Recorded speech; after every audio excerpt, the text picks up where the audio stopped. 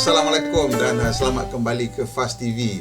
Jadi sekali-sekala tu aku akan pergi ke manufacturer dan aku minta pinjam kereta mereka yang dah lama lah. Kereta yang dah mungkin 2 tahun, 3 tahun, just sebagai refresher untuk aku ingat balik sama ada kereta tu masih lagi bagus ataupun tidak. Dan kali ni aku pergi minta Proton dia punya X70.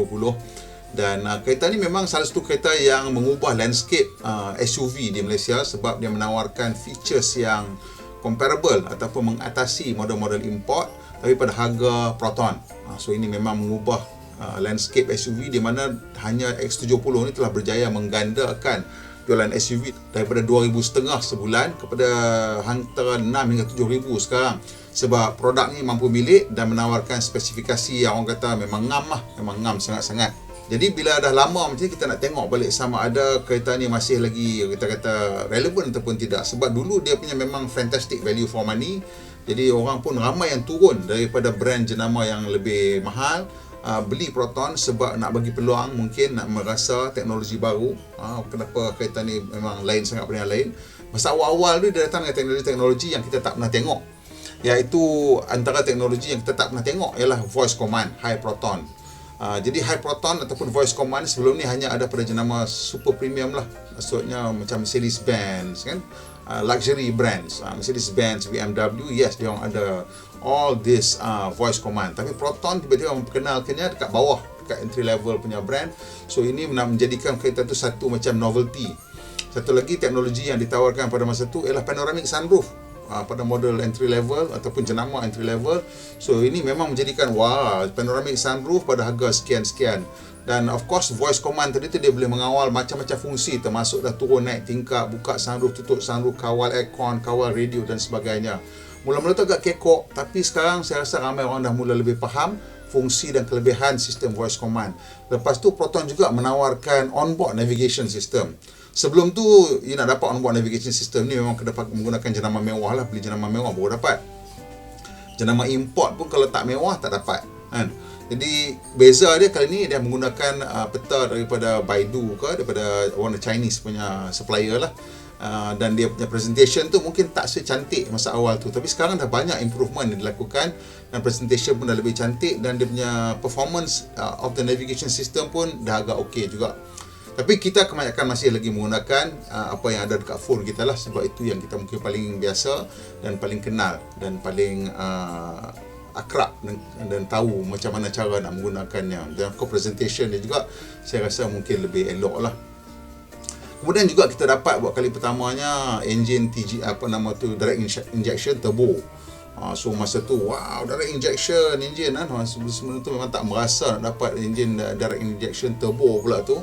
Diperkenalkan engine direct injection turbo, dapat dual clutch transmission. Semua ni ciri-ciri yang sangat canggih. Kemudian of course kat dalam pun dia bagikan seat kulit, power seats dan ada box button. So ini semua menjadikan X70 ni sebagai like a no-brainer. Kalau nak beli kereta SUV family memang no-brainer masa tu. In fact sekarang ni macam mana? So sekarang ni itulah kita nak tengok tu. Dan saya rasa ianya masih lagi quite a no-brainer walaupun kereta ni dah berumur sikit. Sebab apa? Spesifikasi dia masih lagi bagus, masih lagi menawarkan nilai yang susah nak ditawarkan orang lain pada harga yang ditawarkan. Jadi variant yang saya bawa balik ni, yang saya tengah pakai tunjuk kawan-kawan ni, sebenarnya dia ialah variant 1.5 premium, premium X. Dia ada sunroof semua. So premium X ni harga dia 126,800. So semua ni daripada premium X two wheel drive ke bawah semuanya menggunakan enjin 1.5 liter turbo. Dia ada satu variant yang flagship, dia panggil 1.8 TGDI premium two wheel drive. Yang tu dia pakai enjin 1.8 4 cylinder. Yang lain semua 3 cylinder. So kelebihan yang 1.8 tu ialah dia ada power dengan torque yang lebih sikit lah. Kalau kita tengok yang biasa 130 horsepower ataupun 130 kilowatt ataupun 177 horsepower.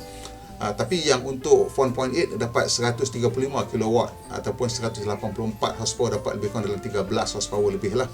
Torque pun ada beza juga sebenarnya. 255 Nm untuk enjin 1.5 dan 300 Nm untuk enjin 1.8 tadi tu.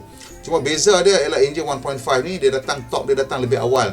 Kalau yang enjin 1.8 itu torque dia maksimum datang pada tahun 1750 rpm, yang enjin 1.5 datang pada 1500 rpm. So respon dia lebih cepat sikit lah, dan as a result I think you have slightly better fuel economy.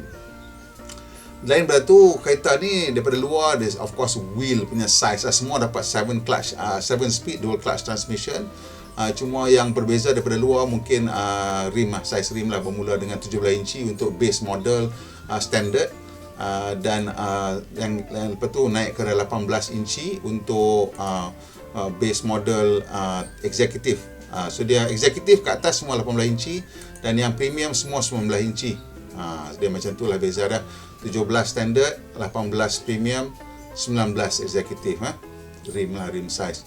Berat semua lebih kurang sama aja. Dan bagusnya Proton ialah dia punya materials tu of course lebih kurang sama. Safety features, kat safety features tu dia, kalau you beli yang model kita panggil executive, dan ke atas dia punya safety feature dah banyak dah. Yang premium memang lengkap. So kita tengok kat sini, kalau kita tengok betul-betul lah, safety features sampai executive tu, hill descent control, EBD, brake assist semua ada kan. Cuma dia mula dengan premium, yang mana premium semua dah ada auto emergency braking dan forward collision warning, dan kemudian ada adaptive cruise control. Itu ciri yang saya rasa paling penting lah. Dan executive punya harga dia bermula pada 110 harga dia bermula pada 110 premium bermula pada 123,800. So yang mana premium 123,800 dah dapat full spec kan. Dan antara benda yang kita tengok macam notable untuk kereta China ni adalah interior.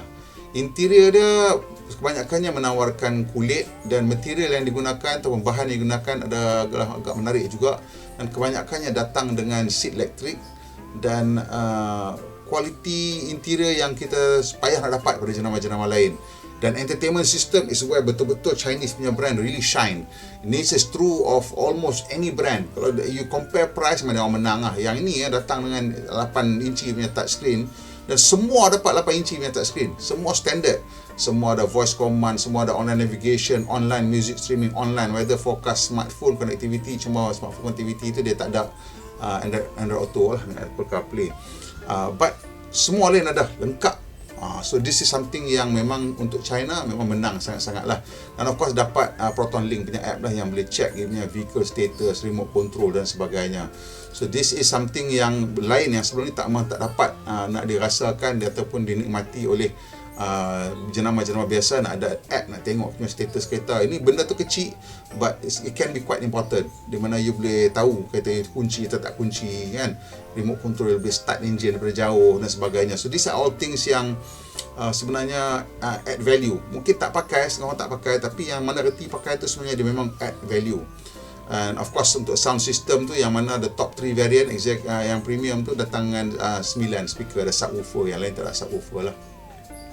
So in terms of dia punya relevance, aku rasa X70 masih lagi relevan, kerana dia punya gap masa mula-mula tu dengan spek yang ditawarkan dengan jenama-jenama lain memang jauh sangat lah. Tapi sekarang jenama-jenama yang lain tu dah mula nak kejar sikit lah dari segi specifications. But daripada segi harga, dia masih lagi menawarkan harga yang cukup menarik lah. Payah kita nak dapat kereta yang full spec macam ni kan, dengan size yang macam ini, because this is a segment C lah. Maybe kalau paling-paling tidak pun maybe on the small side of C, tapi still segment C car. And pada harga yang saya rasa paling mahal pun 128,000 untuk 1.8 tu, 126 untuk premium 1.5 ni sangat berbaloi. You nak dapat kenderaan besar macam ni tak dapat pada harga-harga ni dengan specification yang macam ni. So it is still a relevant vehicle. Dan bila aku bawa kali ni, benda yang aku paling ingat sekali ialah dia punya NVH level. NVH level kereta ni cukup rendah pada aku lah. So bila you naik tu, you rasa sebenarnya after all this time it is still a very quiet car for what it is, you know. Memang Proton, especially bila dia convert mula menawarkan enjin 1.5 TGDI itu, they were very concerned, cukup risau tentang vibration dengan NVH daripada 3 cylinder. In fact, they were working on an entire campaign on just how to deal with the issue of 3 cylinder. And memang the things yang diorang buat adalah make sure the engine, gegaran, vibration semua tak masuk ke dalam cabin. And as a result, this car has really good NVH punya level. You masuk dalam NVH tu maksudnya noise, vibration, harshness, bising, gegaran dan kekasaran. Memang the NVH level dia very competitive dengan even models yang lebih premium daripada dia. And to me, that is very important.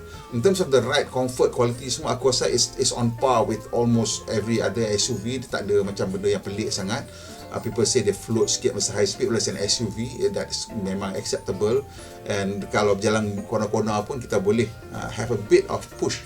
Nak kata have a lot of fun with it, tak mungkin lah pasal dia SUV kan. But you can push it quite decently. Boleh lah nak keep up with other SUVs.